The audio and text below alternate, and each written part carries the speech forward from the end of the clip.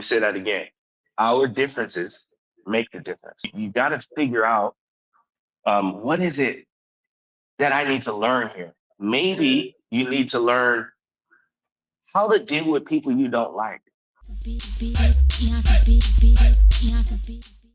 What's up, you guys? It's your girl Bianca B, and welcome to the Bianca B Show, where we talk about business, finances, and friendships.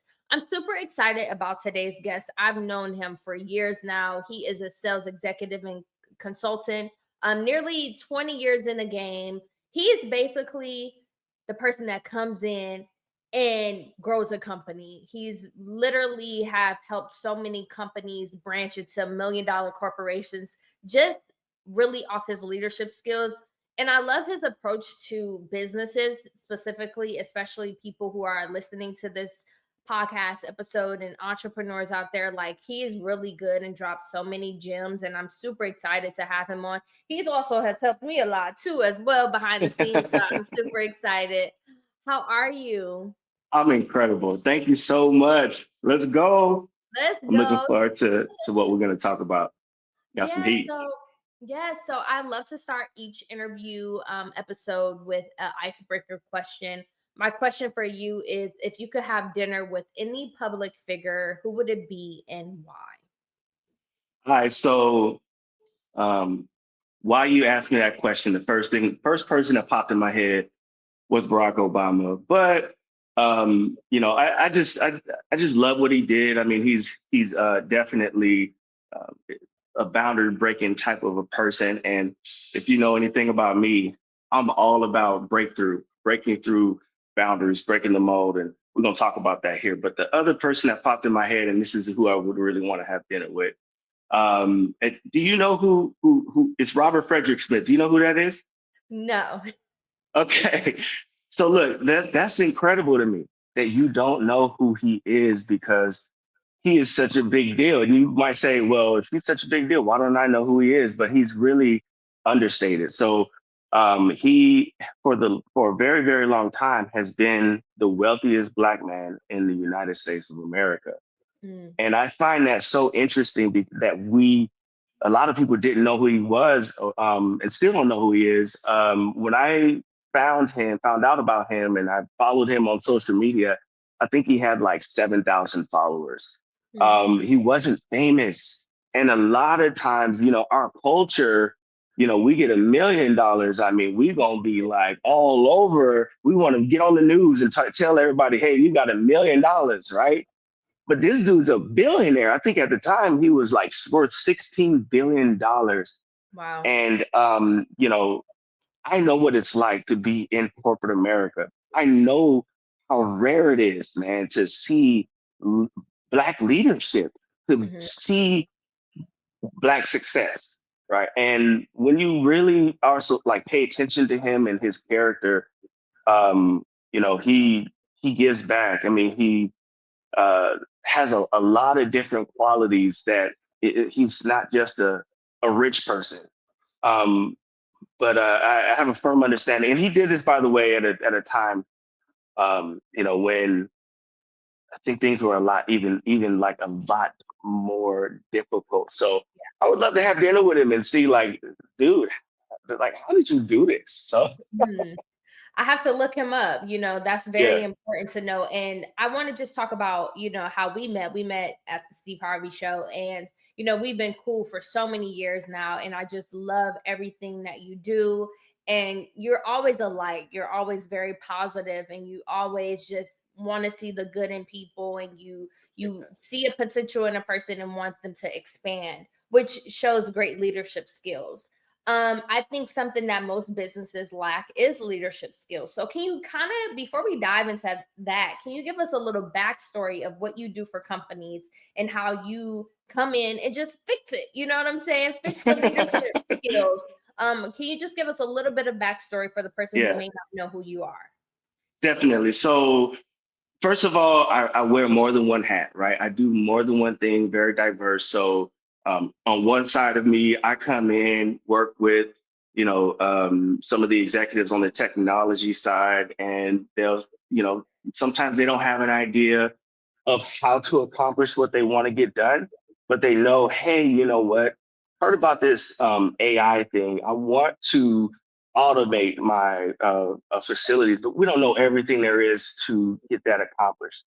And so I come in and bring together the group of uh, assess what they need, right? Mhm. Bring together the group of engineers that are going to help accomplish that. And then we create um, a proof of concept and, scale that out to maturity. And technology is not one of the number one, uh, I'd say, pillars in companies that are driving industries forward. Everybody's heard about AI. You think about the educational system and you think about the medical field.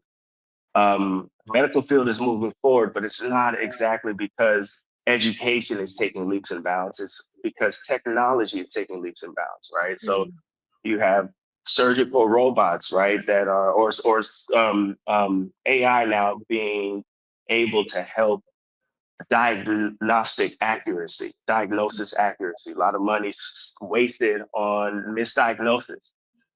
There's just different things. But then on the other side, I come in and help companies develop culture, right? Develop mature culture, quantify intangibles. A lot of times, every single company on the planet has a culture. Every household has a culture. Okay. Mhm. So culture is inescapable wherever you go.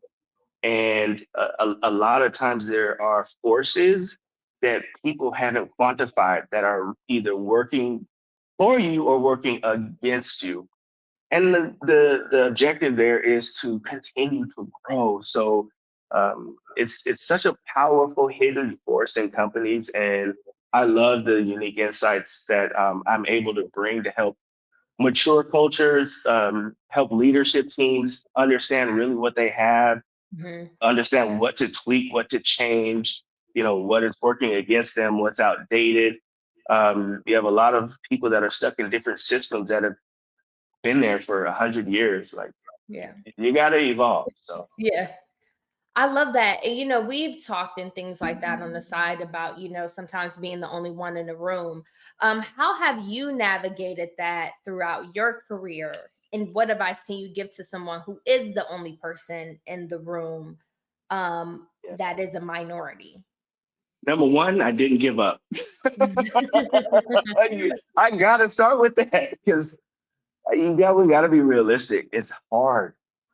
It's hard when you're by your when you're the only one who looks like you, and it's not just about how you look.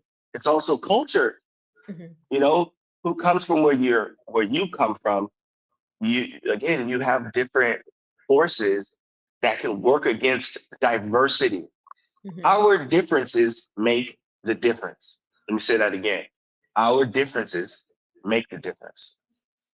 If we are afraid of our differences and afraid of differentiation, as a subproduct of that, as a byproduct of that, we block the virtue, the benefits, the value that we get from the unknown, right? The Mhm. value that we get from. So sometimes there's things you don't know what you don't know, and Right. somebody else brings a unique perspective, unique insights, unique talents, uniqueness to the table that fills the gap of what you don't know. And Mhm. so for me, I just didn't give up, and I always keep in mind the people who are millions of people who are behind me.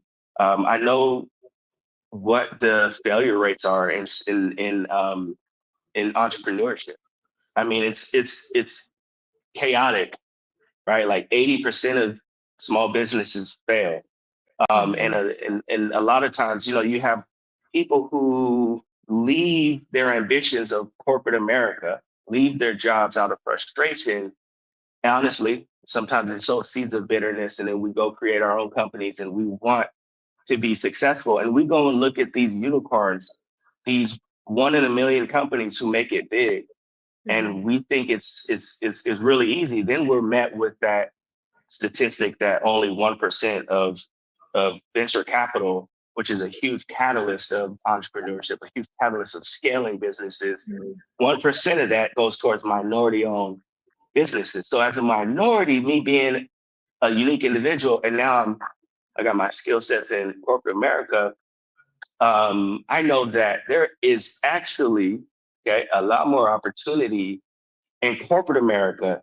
Not to say that one is against the other. Let me tell you this: anybody who starts a business, you're a part of corporate America. Yeah. People, I don't know why people misunderstand that. And you think you're going to go start a business, and now all of a sudden you're different than corporate America. You start a corporation, you're part of corporate America. You know, so Yeah, so that's interesting. I never thought about that from that perspective. yeah, yeah, and absolutely. And then you got people that, again, they had the bitter um, experience of all of the obstacles that we're up against. So you go now, you create a company, and you talk bad about being an employee, Mm. but you need employees to grow your business. Most businesses need employees to grow their business. So we got to fix that and how we feel about the whole ecosystem of business. I love that. I want to kind of go back into the corporate America thing for a second and people who want to venture out and start their own business. I always say I'm not a corporate girly. I always say that because I've always felt I had an entrepreneurship skill set. Mm, However, after our conversation, that's when my pivot changed with corporate and my thought process. And I mm, also was watching an interview recently where someone said, um, you think of your 9 to 5 as your first investor, and that kind of pivot and change my perspective of corporate. So my question for you is, can you do both? Can you do corporate and be an entrepreneur? 100%. Let me tell you this on that quote you just used, right? I love that. I love whoever said 9 to 5 is an investor. That is a principle that I've used, and I would advocate anybody if I'm going to talk to somebody and they want to know, how they can move forward. A lot of people want to start a company that they don't have skill sets in, right? And Mm, that's not low hanging fruit.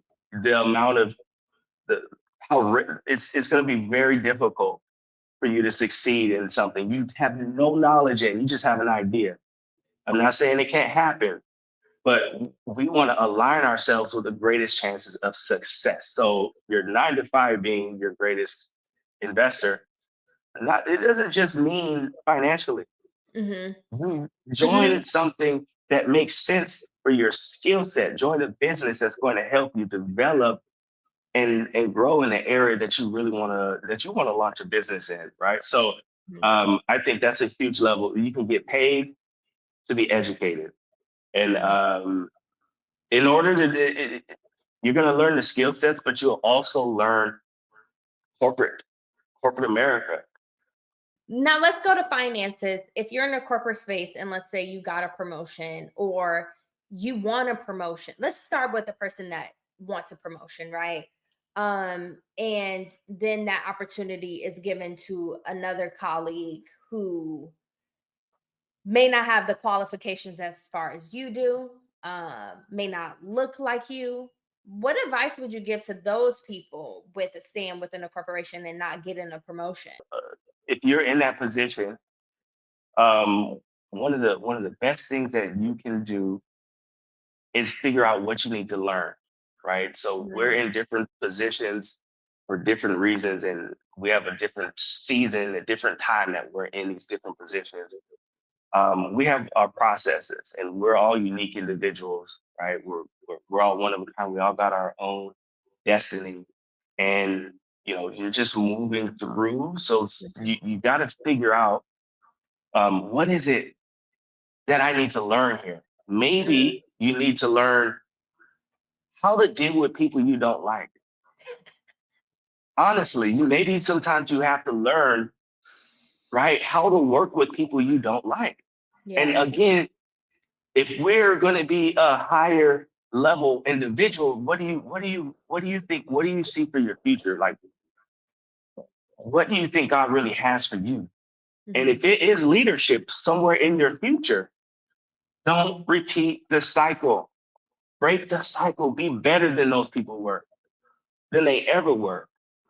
Right. So, um, in order to do that, then you learn, okay, you know what? I'm going to I'm gonna sit here, I'm gonna watch them, and I'm gonna learn what type of leader I don't want to be. Yeah. I'm gonna see, all of these opportunities that they're missing out on. Mm. And I am not going to be the type of person who is going to miss out on that when I'm a leader. Mm. And I want to get into, you say, break free from the matrix. What does that mean? Come on. So okay, so this is gonna go deep. Right. So breaking free from the matrix, in order to say how to break free, I need to define what the matrix is. What is the matrix? So the matrix is your, like, how did you grow up? Where did you grow up? Right? What community did you grow up in? Uh, you know, who were your parents? What did they teach you? Um, what was it like being in school, right? In that little community, in that city, in that county, in that country. Everybody's got matrices, so it's broad, and every person has the bubble that they've been cultivated in, and that creates the way that we view the world. It doesn't mean it's the truth. Now, going into faith, and you have very prophetic gifts. How do you know, for the person listening, how do you know when something is a word from God, or is it just in your head? How do you Okay, know when you hear God? that's so good. I love it. In order to do that, I think that a lot of times we don't know even how to hear from God in general. So we just hear every voice that goes on in our head is not our own.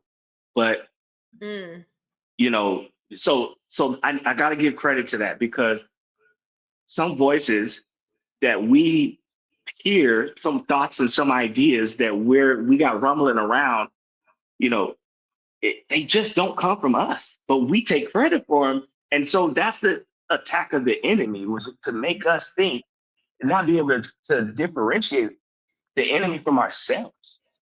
If anything is leading you away from God, it's not God, got it. right? And so I think getting to the root of, what is the root of that thought? Mm, Is it fear? Is it fear? Is that driven from fear? That's not God. He didn't give you the spirit of fear, but power, love, and a sound oh, mind. interesting. Is it driven from is it driven from jealousy? Hmm, we shouldn't covet. Like, that's not, we the one of the greatest acts of love, one of them, not the greatest, but one of them, is loving ourselves. Is where it says, if we should love our neighbor as we love ourselves. And a lot of the issues that we deal with people even not even able to embrace each other's differences, is the fact that we haven't embraced our own differences.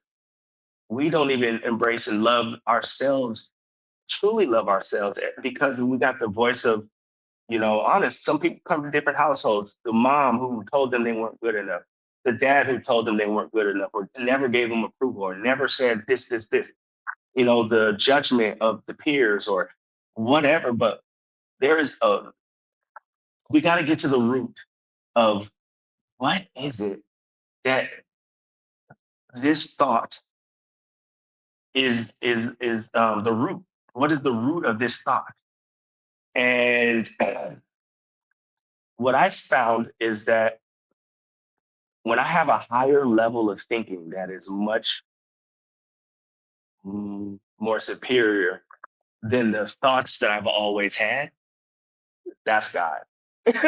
You know what I'm saying? Like, Yeah. when I have a way of thinking outside of the box, or Mhm. and then I know that the root of that, like, I really, I can't find that in me like Yeah. that. I can't. It's not to one of the root of it is not to these negative spaces, but it's Mhm. love or it's right. It's something positive. It's peace. It's the root of peace. It's a root of unity. Um, there's a lot of, but if you are thinking about being united, about peace, about love, about joy, right? Yeah, it's not God. I love that. And so going into this book, when is it going to be released? What can people expect for it? I know you're still in the process, but Yes, yeah, well, kind of tell us a little bit about it. for sure. So it's I'm definitely, in the process. And look, if you're watching this and you are a literary agent, reach out. Let's go. I want to holler. I want to send over my manuscript, but it should be done by the the final day of March. So Okay, got it. And then, you put out a lot of content online and, you've really been giving out the message to many different people on your social platforms. Can you kind of just tell us a little bit about that and your goals for 2025? let's go. Absolutely. I want to help people hear God for themselves, right? Like, really cut through all of there's a lot going on, guys, from the LA fires to the United Healthcare CEO, being assassinated to the situation that happened in New Orleans, the terrorist attack, to right like the fallen brother in arms in Las Vegas. But beyond that, if you have a global perspective, all of the wars, Ukraine, Russia, dude, everything. There's a lot going on, and it kind of it's grieving that we have to wake up. Mhm, And, you know, for whatever reason, we continue to think that the government is the answer. mhm.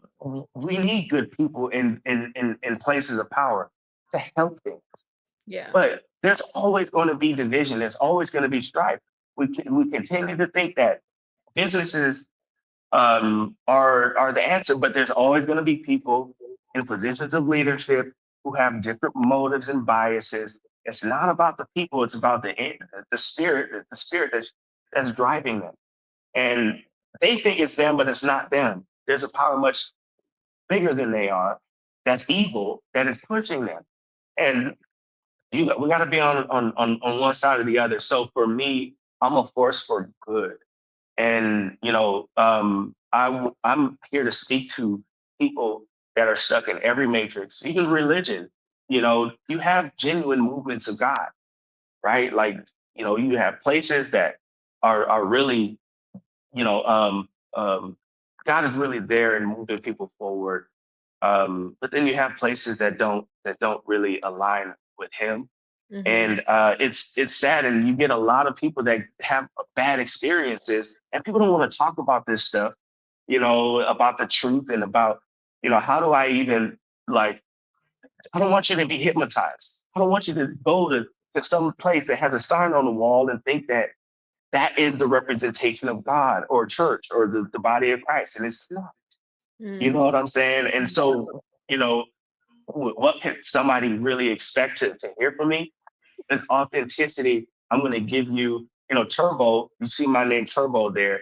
Um, Turbo. If you know how Turbo works. So first of all, Turbo transitioned throughout my life from sports. I was called Turbo. Military. I was called Turbo for different reasons throughout my life. But now, so turbo, you get a turbine engine, and it pulls in all of this air at a high pressure into an engine. It um, forces much more power into the engine. It forces, and through the power, that translates into the ability to push more weight and to accelerate faster. In the Bible, right? Or ruah is a Hebrew word that describes spirit or wind or air, right? So air and wind is also looked at as spirit. And for me, I know I was driven by a lot of other spirits in the past. Right now, aligned with Holy Spirit, but driven by a lot of other spirits in the past. And so turbo is a movement, right? It's a beck and call for the awareness of what we're dealing with, what we're up against, and I want to help people understand how to hear God for themselves, how to get out of the matrix. I just talked to a colleague who was just like, I she's breaking down because she's feeling so boxed in. She knows she's so much bigger than the position she's in. This isn't just her. There are millions of Americans, right? Millions of people, not just Americans, but dude, I've seen in Iraq. When I was in Iraq, I've seen people in the community that just look like they were just suffering so bad, so stuck. This is a bigger issue, and a lot of people are really stuck and want to be free. And so, you know, I plan to release everything that God put on the inside of me, and to help everybody. So And where can people follow you? follow me on YouTube. I'm going to be releasing all of my long form content on YouTube. The One Turbo, the Mhm. One Turbo, and then my Instagram is the same thing. On LinkedIn, Vernell Hill, and that's where you can contact me. You can connect with me. Let's go. I hugging everybody, for real, Yes. giving a whole lot of love. Like, I want to see us do better, and I'm a beacon. I'm a person of light, and we Mhm. need more of that. We need Yeah. more of that. Got a lot of other voices out here. We need to treat. I love that. I'm so proud of you. I'm so glad that we've stayed connected for so many years and just, everything that you're doing. You're such a light. You bring such good energy and good vibes, all the time. Come on, thank you. And I'm so grateful that we were able to, like reconnect and just have deep conversations. It's your girl Bianca B. Make sure you guys follow me at It's Bianca B and at Bianca B Show. Thank you guys. Bianca